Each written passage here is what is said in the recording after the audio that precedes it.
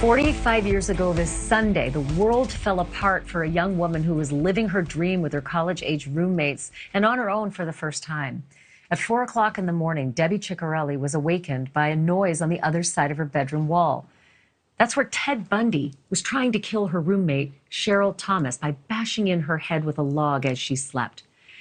Debbie had no way of knowing what was happening in that room, nor would she ever have thought that a serial killer had broken into their house and chosen Cheryl's bedroom.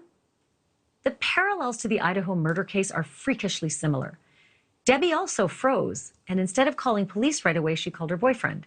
And then when she did call 911, the 12 squad cars that came screaming up to the front of her house may have just scared Bundy into jumping out the kitchen window. It is possibly why she and her other roommates are alive today. Debbie's life was turned upside down in the years that followed because, of course, she became the star witness in the case against Ted Bundy.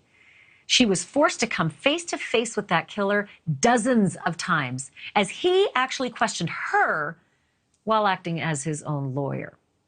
Needless to say, as someone who has lived through this ordeal and who became a star witness, Debbie has so much that she can share with the two surviving roommates in the Idaho murders, from coping with the trauma to finding the strength to face an accused killer in court to helping to put him away. And Debbie Ciccarelli is kind enough to join me live now. Debbie, it's just such a remarkable series of coincidences, like this, the similarities between what happened in the crime against you and your roommates and what happened in Moscow. When you heard about what happened in Moscow, how did it affect you? What happened? At first, I didn't follow it too closely, but then for some reason, I was picking up on things. And again, yeah, as you said, they just seem so similar to what we went through 45 years ago. And it's just spooky about, he even resembles Bundy in his face. Someone on TikTok had taken a picture of Bundy and the suspect in the Idaho case and compared them. And again, it's just very freaky how they resemble one another, how he stalked the girls. We were told that Bundy had stalked Cheryl and that she was his main target. And he was upset because there were some gentlemen in a car outside our house and they scared him away.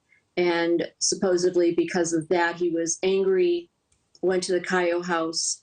And after he left the Cayo house, he came directly to our house to Cheryl's side and entered through the kitchen window and proceeded to beat her with a log. The details are so horrific, and it's for viewers who don't understand maybe the reactions of Dylan Mortensen the night where she, told the police that she saw a man clad in black, walking towards her and then heading out the kitchen door. Can you go into those moments for you when you heard the noises through the bedroom wall and froze? Can you take me from there? Certainly. So we had been sound asleep. We'd come in that night from being out together, and I had heard this. Our house was up on blocks, and I heard this loud banging, and it startled me. I woke up and I listened for a little bit and then woke my roommate up, and I said, there's something going on next door. And the thing is, the wall between Cheryl's side and our side was so thin that we could actually talk to each other through the wall.